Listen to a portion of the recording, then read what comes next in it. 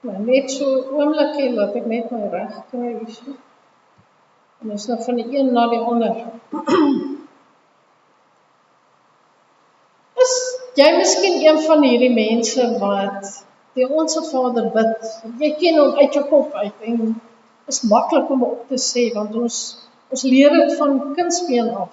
Miskien het jy dit by jou ouerhuis geleer, jy het dit miskien in Sondagskool weer gehoor, jy het dit in die kerk gehoor, maar besef jy regtig die krag agter hierdie woorde? Het jy al ooit stilgestaan om te vra, hoekom hierdie spesifieke gebed? Hoekom het Jesus dit vir ons gegee? Was dit net 'n eenvoudige gebed vir daaglikse gebruik? Of is dit iets wat baie, baie dieper strek? Nou, Jesus het vir ons 'n sleutel gegee om God se krag in ons lewens te ontsluit. Hierdie gebed is 'n wapen, dis 'n verklaring, dis 'n strategie, dis 'n openbaring. Jesus het nie net gesê, dis 'n gebed wat jy voor ete of voor jy gaan slaap moet bid nie. Nee, hy het gesê, dit is hoe jy moet bid. Dis geestelike oorlogvoering. Dis hoe ons God nader. En as jy eers die diepte van hierdie gebed verstaan, sal jy nooit weer op dieselfde manier daarna kyk of dit bid nie. Nou, daar's een woord in die Onse Vader wat baie, baie belangrik is. En dit is Vader. Papa, Vader. Jesus kon gesê het, ons Here of ons Koning of almagtige skepper van die heelal. Maar in plaas daarvan het hy doelbewus gekies om ons Vader te sê. Hoekom? Wat is so belangrik daaraan? Nou, ek weet, baie mense, wat ek persoonlik ook ken, sukkel om God te assosieer, omdat hulle om as 'n ver af, onaantastbare, onmoontlik om tevrede te stel beskou. Ek weet, die kerk waarin ek groot geword het, ons was bang vir God. Ons was regtig bang. Ek het hom nooit as my pa gesien. Miskien is dit hoe jy ook, ek weet nie, voel jy so vanoggend? Ja, jy glo in hom, maar ken jy hom regtig as jou Vader? Wanneer jy bid, voel dit asof jy probeer om die aandag te trek van die persoon wat iewers in die ruimte is, of dalk te besig is om na jou te luister, nietige mens. Of praat jy met hom soos 'n kind met hulle liefdevolle Vader praat? Nou, dink bietjie daaroor. As jy 'n ouer is, hoe voel jy as jou kind na jou toe aangehardloop kom? Nie omdat hulle iets nodig het nie, hulle wil net graag naby jou wees. Wys jy hulle weg? Of sê jy vir hulle, ek is te besig? Of gee jy vir hulle liefde en aandag, want jy's baie lief vir hulle en jy wil hulle ook naby aan jou hê? Dit is wat God wil hê. Dis waarom Jesus gesê het, ons Vader. Nou, ongelukkig, ons leef in 'n wêreld wat ver van perfek is. Vir baie mense is hierdie woord Vader of Papa of Pa 'n moeilike een, want jou eie pa was afwesig, of hy was beledigend, of hy was totaal onmoontlik om tevrede te stel. Miskien was hy glad nie eens daar nie. En as jy die woord hoor Vader, dan dit maak jou nie bly nie. Dit bring pyn en slegte herinneringe. Maar hier is die waarheid. God is nie so nie. Hy is nie 'n onvolmaakte, gebrekkige mens nie. Hy is die volmaakte Vader. Hy is nie soos jou aardse vader nie. Hy is alles wat jou aardse vader moes gewees het. Nou, die vyand wil hê Jy moet glo dat God ver is, iemand ver weg, iemand wat nie in jou belangstel nie. Dit is die grootste leuen. As Satan jou kan oortuig dat God moeilik is om te bereik, dan kan hy jou daarvan weerhou om die krag van hierdie gebed te ervaar. Maar Jesus het daardie leuen verpletter met 2 eenvoudige woorde: Onse Vader. En toe sê hy nog iets wat 'n dieper betekenis het: Ons Vader in die hemel. So wanneer ons Vader in die hemel sê, verkondig ons 2 dinge gelyk. Ons verklaar ons is sy kinders, want jy sê nie vir iemand Vader as hy nie jou pa is nie. Dis 'n verhouding. Die hemel is ons hoop. Ons praat nie net met een of ander verre persoon doel in die lig nie. Ons is verbind met die koning van die hemel en dit is waar ons hoort. Dit is wat gebed anders maak as om net goeie dinge te wens en te hoop dit gaan manifesteer. So wanneer jy bid, praat jy met iemand wat jou regtig liefhet, jou reeds ken en 'n plan vir jou lewe het. En dit is presies waarom Jesus vir ons gesê het om ons gebede op hierdie manier te begin. Hy het ons genooi om op heeltemal 'n ander manier te dink. Wanneer jy voor God kom, moenie kom as 'n bedelaar nie, kom as 'n seun en dogter, want dit is wie ons is, sy seuns en sy dogters. Maar is jy sy seun of dogter vanoggend? Dit is iets waaraan jy moet dink. Jesus het God die Vader meer as 150 keer in die Bybel genoem. Hy het ons nie net geleer om dit te sê nie, maar hy het dit geleef. In Johannes 11:41, voordat hy Lazarus uit die dood opgewek het Jesus sy gebed begin deur te sê: Vader, ek dank U dat U my gebed verhoor. Nog voordat hy gebid het wat hy wou bid. Ek weet dat U my altyd hoor. Nou dit is vertroue. Hoekom? Want hy ken die Vader.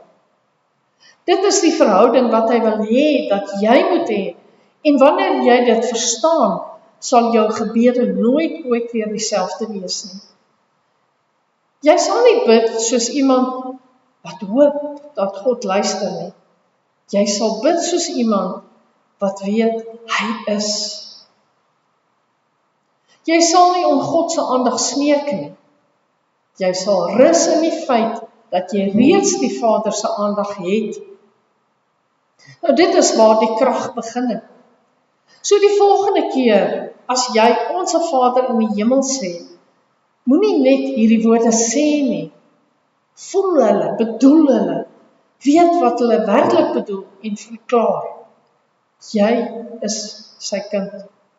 Dit is jou huis. En wanneer jy bid, luister jou Vader.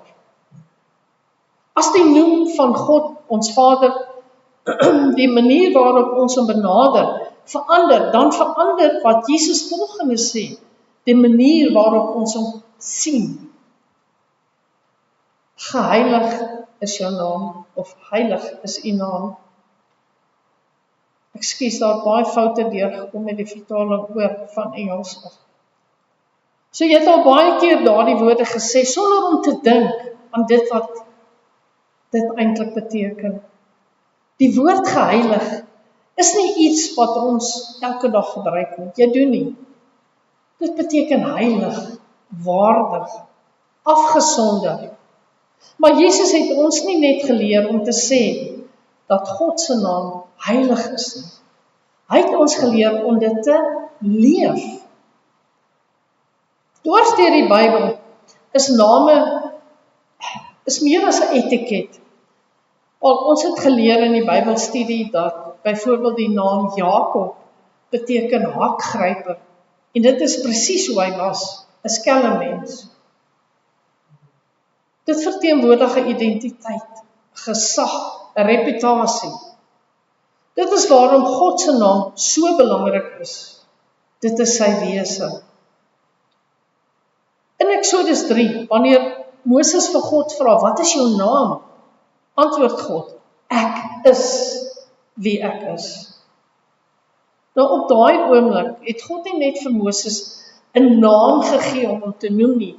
Hy het sy ewige, onveranderlike natuur verklaar, ek is. So wanneer Jesus vir ons sê om te bid, laat u naam geheilig word, herinner hy ons daaraan, dat ons met die God praat, wie se naam bo elke naam is. Maar hier is wat die meeste mense ongelukkig mis. Dit gaan nie net daaroor om God se naam met respek te sê nie, dit gaan oor hoe ons leef. Wanneer ons sê, geheilig is u naam, maak jy 'n verklaring. God se naam is heilig, daarom moet ons hom as heilig behandel. God se naam is heilig, daarom moet ons lewens dit weerspieël. Dit is waar dit 'n werklikheid word. As jy sê, laat u naam geheilig word, maar ons leef asof God eintlik maar net 'n opsie is en nie 'n prioriteit nie. Bedoel jy dit regtig as jy hom Here noem, maar sy gebooie ignoreer? Eer jy werklik sy naam, wanneer jy hom Sondag loof en prys, maar jou optrede ontken hom Maandag? Heilig jy regtig sy naam dan? Jesus het ons nie net 'n eenvoudige sinnetjie geleer nie, maar hy het ons geroep tot 'n leefstyl. Dink aan die wêreld waarin ons vandag leef. God se naam word elke liewe dag sommer maar net so in rolprente gebruik, in musiek, in alledaagse taal gebruik. Mense sê, o my God, asof dit niks is nie. Weet hulle met wie hulle praat of van hulle praat? Van hulle probeer dit selfs minder voor die hand liggend maak deur te sê OMG, O.M.G, oh my God. Daar was 'n artikel in The Wall Street Journal wat gegaan het oor die beeld van God en sy soewereiniteit. Nou, hulle daag die manier uit wat die opperwese, dit is God, as manlik beskryf. En dit het gebeur in Long Beach, Californië. Nou, die kerke in Amerika wat die vaderfiguur van God uitgedaag het, het die volgende aanhaling gemaak. Nou, dit was Mary Ellen Kilsby, 'n minister of seker maar 'n predikant, ek weet nie wat sy titel nie. Het sy gesê, mag God, wat ons almal se moeder is, ons tydens dagbreek dra, ek vertaal nou uit Engels uit, en ons laat skyn soos die son, en ons in die palm van haar hand hou. Waarmee is hulle besig? So die beeld van God word totaal aangeval hier. Satan is besig in die kerke om God die Vader uit te daag. Die regte van die LGBTQ+ en another plus, en ek dink daar's nog 'n plus, sal vroeër of later op alle kerke afgedwing word. En eintlik is dit al reeds hier. Want jy mag nie weier om 'n gay paartjie te trou as jy geregistreer is om mense te trou. Lewe ons werklik op 'n manier wat vir die wêreld wys dat God se naam afgesonder is? Of lyk en klink ons net soos die wêreld? Behandel ons hom as terloops en binnekort gaan die res van die wêreld volg. Jesus se naam is kragtig. In Filippense 2 vers 9 staan daar dat God hom tot die hoogste plek verhef het en hom die naam gegee wat bo elke naam is, sodat elke knie in die hemel en op die aarde en onder die aarde in die naam van Jesus sou buig en elke tong erken dat Jesus Christus die Here is. Dit is die krag van sy naam. Dit is nie gewoon nie, dit is geheilig. Toe Jesus demone uitgedryf het, het hy dit in sy naam genoem. Toe die disippels die siekes genees het, het hulle dit in sy naam gedoen. Wanneer ons bid, doen ons dit in sy naam. So wanneer ons sê, laat u naam geheilig word, verbind ons onsself. Die verbintenis is om sy naam te eer en op die manier waarop ons praat en ook op die manier waar ons leef. 'n verbintenis om sy naam te openbaar aan 'n wêreld wat sy krag vergeet het. Kyk net wat gebeur om ons. Mense ignoreer God nie net meer nie, hulle staan openlik teen. Sy naam word uit die skole, uit die kultuur, uit die openbare lewe oral word dit uitgehaal en weggelaat. Die vyand weet dat as hy die naam van God kan verwyder, hy die vrees van God kan verwyder. Maar ons, ek, jy, ons is geroep om uit te staan. So wanneer jy bid, moenie net die woorde sê nie. Vra jouself af, is my lewe heilig? Eer ek hom? Leef ek op 'n manier waar die wêreld wys wie hy werklik is? Want wanneer jy werklik verstaan wat dit beteken om te sê heilig is u naam, sal jy nooit weer op dieselfde manier bid nie. So wanneer ons bid, laat u naam geheilig word, is dit 'n verbintenis om God se naam te eer. Dan is wat Jesus volgende sê, selfs meer radikaal. En dit is, laat u koninkryk kom. Dit is 'n oorlogskreet. Toe Jesus vir ons gesê het, om u koninkryk te bid, het hy ons geleer om 'n algehele magsverskywing, 'n geestelike oorlogsname te roep. Want die werklikheid is dat daar twee koninkryke in oorlog is. Die koninkryk van God en die koninkryk van hierdie wêreld. Die vraag is, watter een bou jy? Die koninkryk van die wêreld is maklik om te sien, dis oral om ons. 'n wêreld wat behep is met mag, geld, invloed. 'n stelsel wat vir jou sê om te doen wat jou gelukkig maak, ongeag die koste.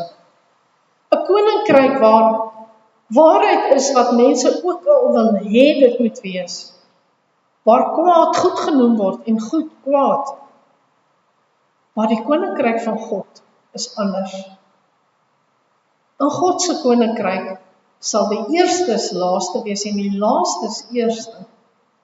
In die koninkryk van God word die nederiges verhef en die hoogmoediges verneder. In God se koninkryk gaan mag nie oor oorheersing nie, dit gaan oor diensbaarheid.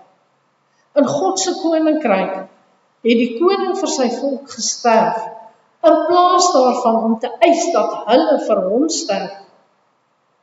Dit is die koninkryk waarvoor Jesus vir ons gesê het om te bid.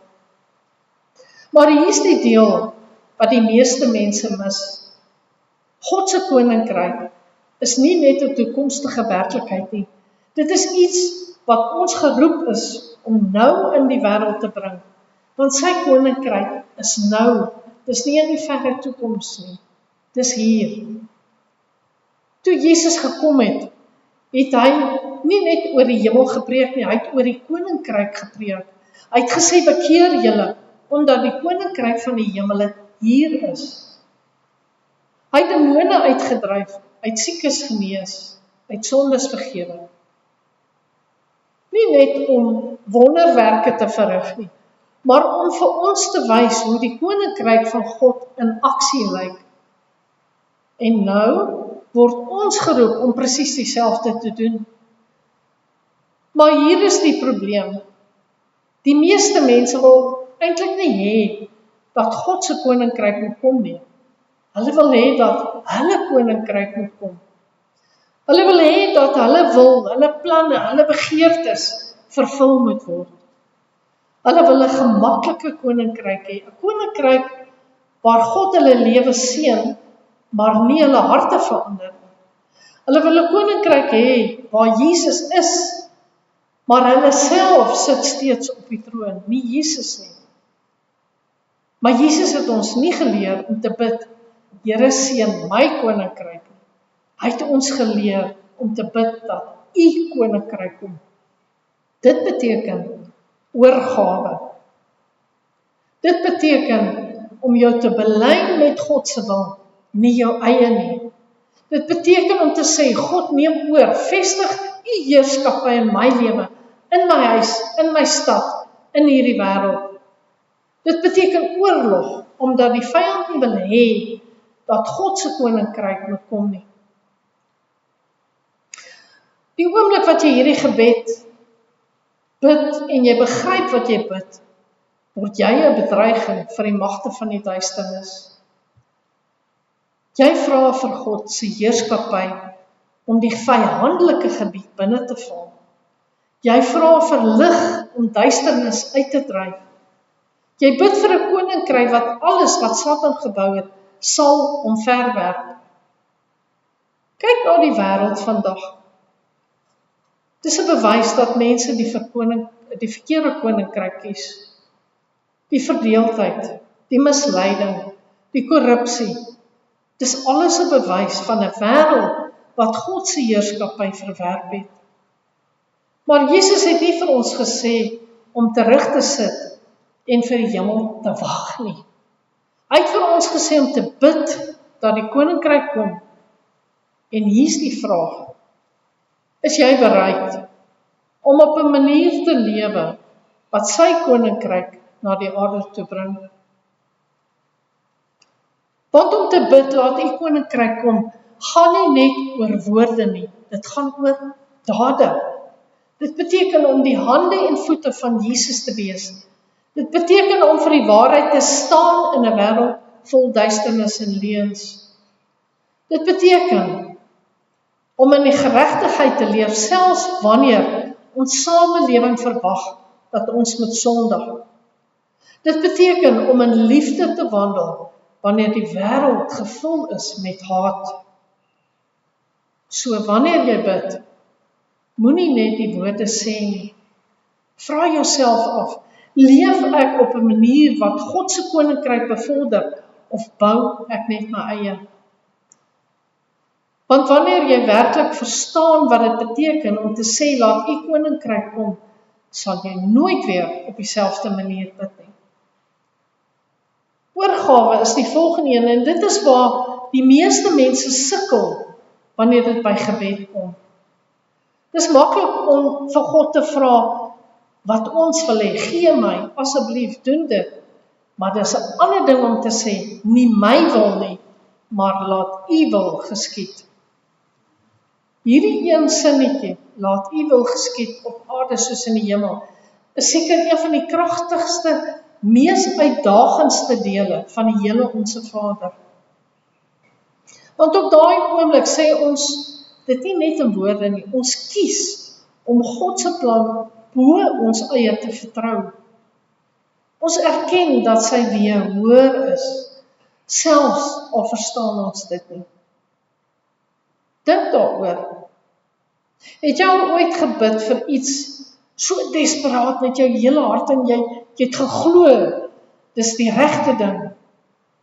En dan sê God, nee. Miskien het jy God gesmeek om 'n verhouding te red, maar dit het steeds geëindig. Miskien het jy vir 'n werk gebid, en daar kry iemand anders dit. Miskien het jy vir genesing gevra, maar die lyding en die pyn het gebly. Dis in daai oomblikke dat hierdie deel van Onse Vader 'n werklikheid word.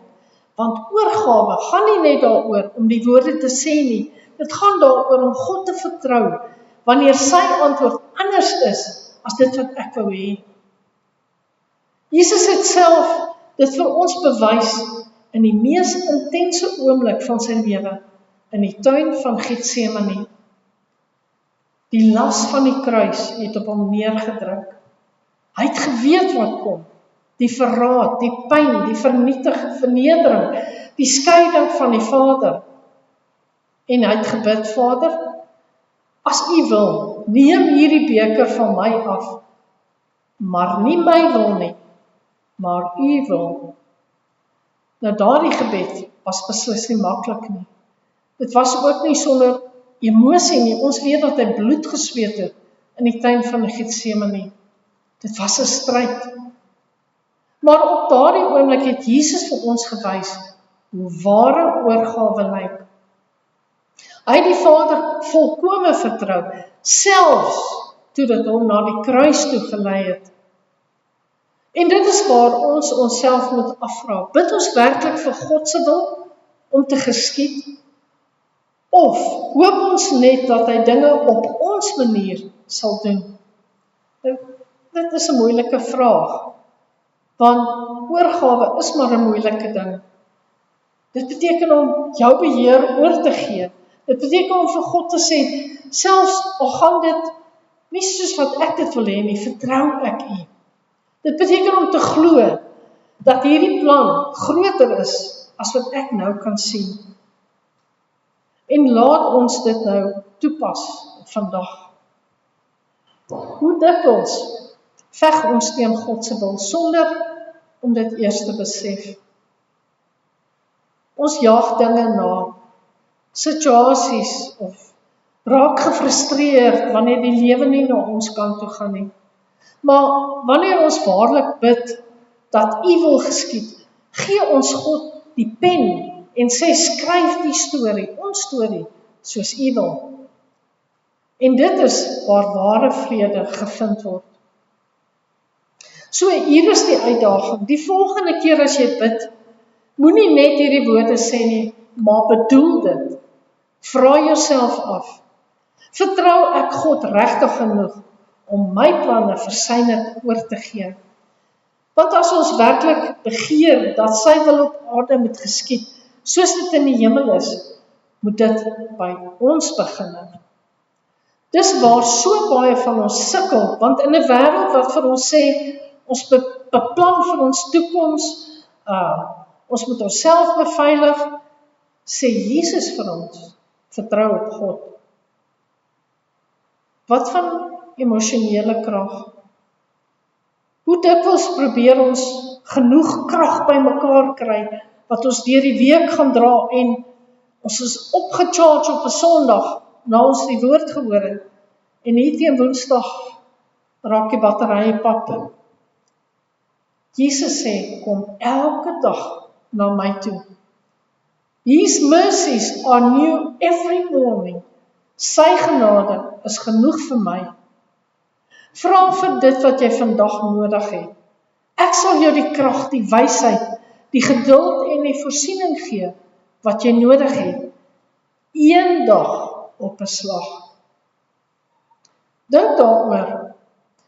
Het jy al ooit ver van God afgevoel, maar jy kon nie uitvind wat is aan die gang? Ek bid maar, ek weet nie, is daar regtig 'n God?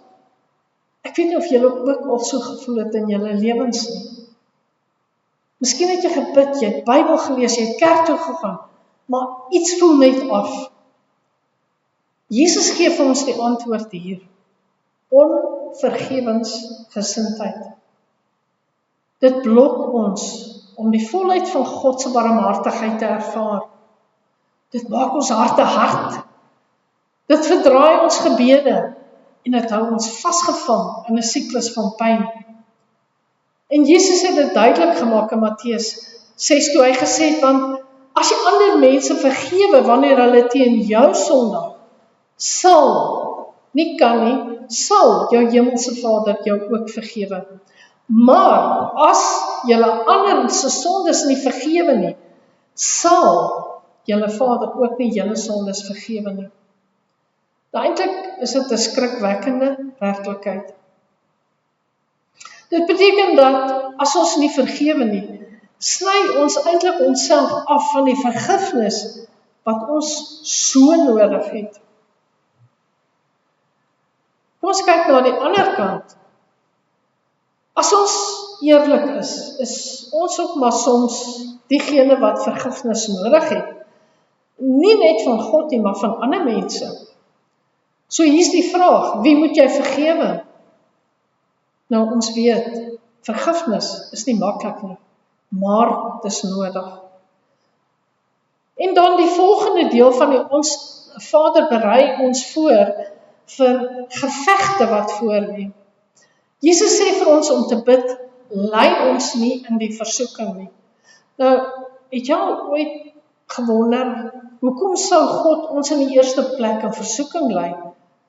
Nou, baie van ons sukkel met hierdie reël, omdat dit klink asof ons vir God iets vra wat hy andersins miskien sou gedoen het, maar dit is nie wat Jesus hier bedoel het nie. Die Bybel sê in Jakobus 1:13 vir ons dat God nie deur boosheid versoek kan word en hy versoek ook niemand nie. So waarom het Jesus dit dan in sy gebed ingesluit? Omdat versoeking 'n werklikheid is. En hy ons geleer het om geestelik waaksaam te bly. Versoeking is nie net 'n miskien of 'n moontlikheid nie. Dit is waarborg, dit gaan kom. Elke persoon staar dit in die gesig. Selfs Jesus is in die woestyn deur Satan in Matteus 4 versoek.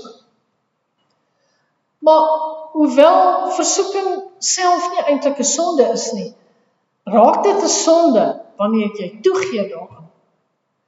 Dit is waarom Jesus vir ons wys hoe om vir beskerming te bid, voordat ons selfs in die stryd tree. Nou, dink 'n bietjie daaroor.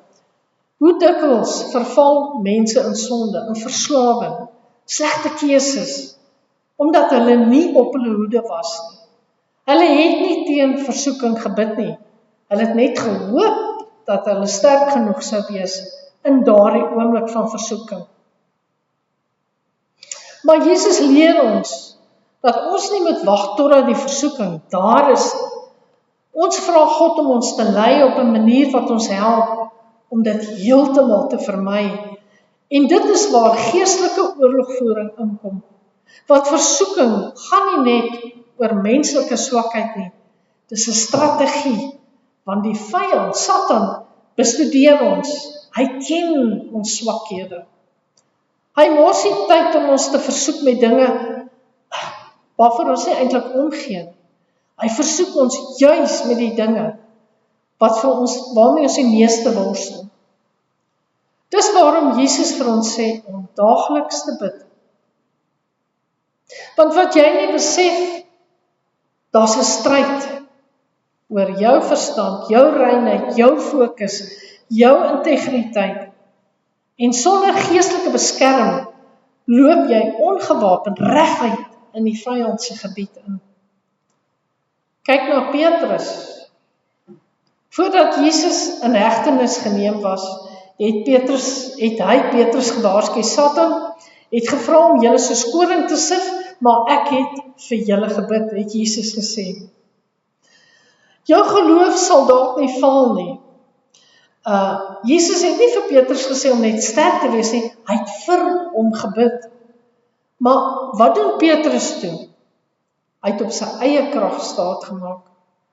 Hy het Jesus se waarskuwing geïgnoreer en toe die versoeking gekom het hy Jesus 3 keer verloon. Maar kyk na Josef in Genesis 39. Toe Potifar se vrou hom probeer verlei het hy nie net daar gesit en gedebatteer of gepraat of probeer keer of weerstaan nie. Hy het opgestaan en hy het weggehardloop. Hy het homself dadelik van die versoeking verwyder. Dis die verskil tussen diegene wat val en diegene wat staan. Diegene wat staan, bid nie net nadat hulle geval het, hulle bid voordat hulle selfs in gevaar is. Hulle is gereed voor die aanval.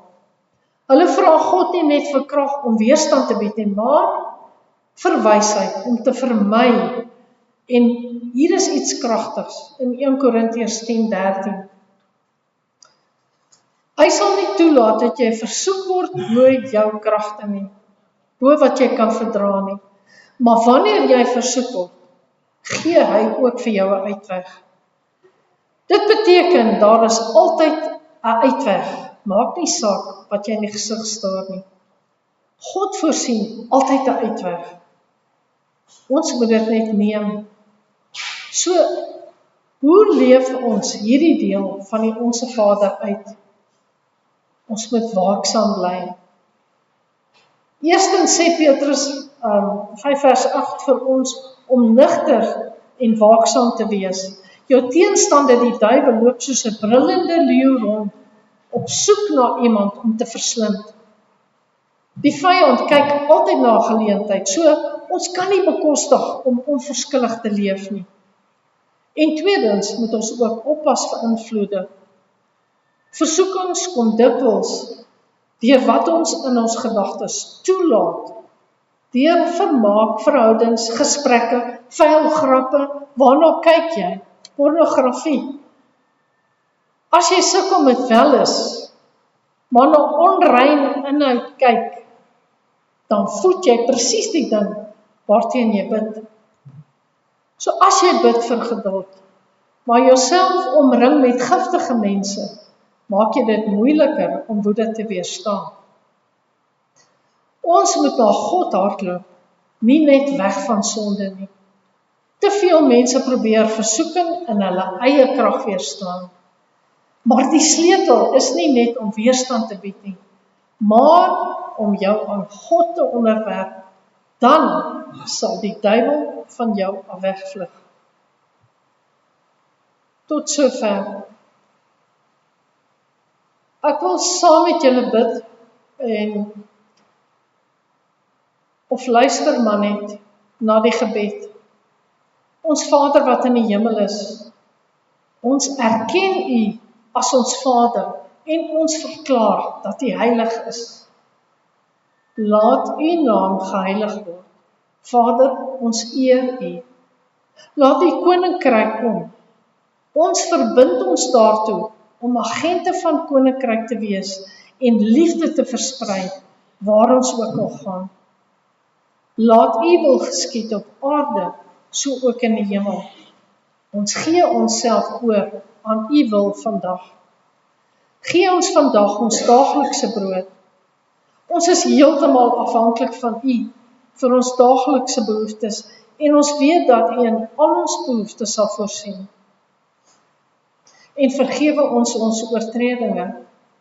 Ons vra U om genade en vergifnis. Soos diegene wat ons vergewe, wat teen ons oortree, help ons om te vergewe en vry te spreek. En lei ons nie in versoeking nie. Vader, ons vra vir U leiding en beskerming teen versoekings. Maar verlos ons van die bose. Ons vertrou op U krag om ons van die bose te verlos.